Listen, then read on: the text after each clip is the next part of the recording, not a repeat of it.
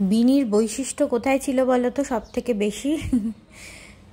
বিনির বৈশিষ্ট্য ছিল বিনির চোখে।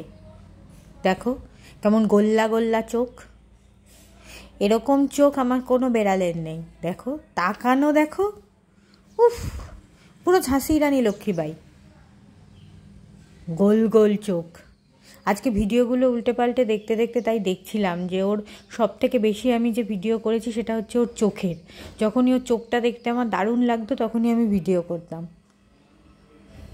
সুন্দরী মেয়ে আমার, সুন্দরী।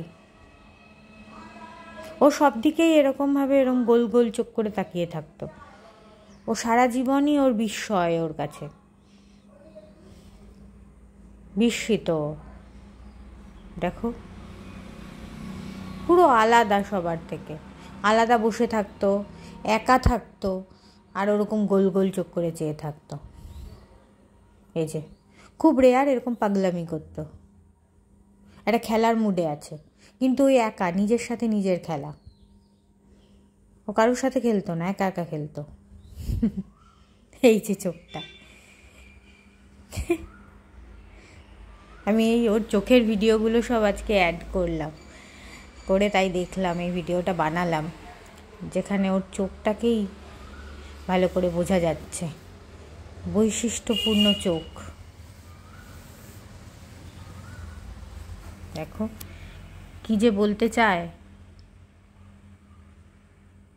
তো চোখের ওপর তো আমি ফিদা ছিলাম, পুরো ফিদা।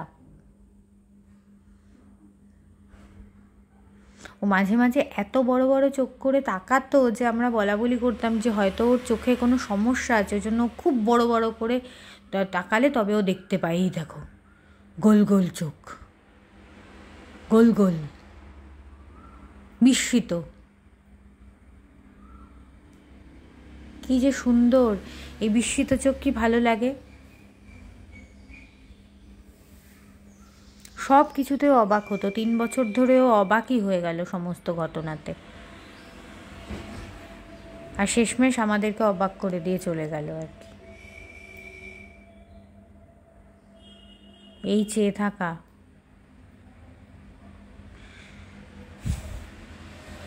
ওরা চলে যাওয়ায় বাড়িতে এমন একটা শূন্যতা তৈরি হয়েছে যে যেন মনে হয় যে এই শূন্যতাটা কোনো দিন কাটবে না, যেন মনে হয় যে ব্ল্যাক হোলের মধ্যে ঢুকে গেছি আমি। এই অন্ধকার, এই শূন্যতাটা কোনো দিনও আমি কাটিয়ে উঠতে পারবো না। আমি জানি না, আমি খুব চেষ্টা করছি, কি জানি।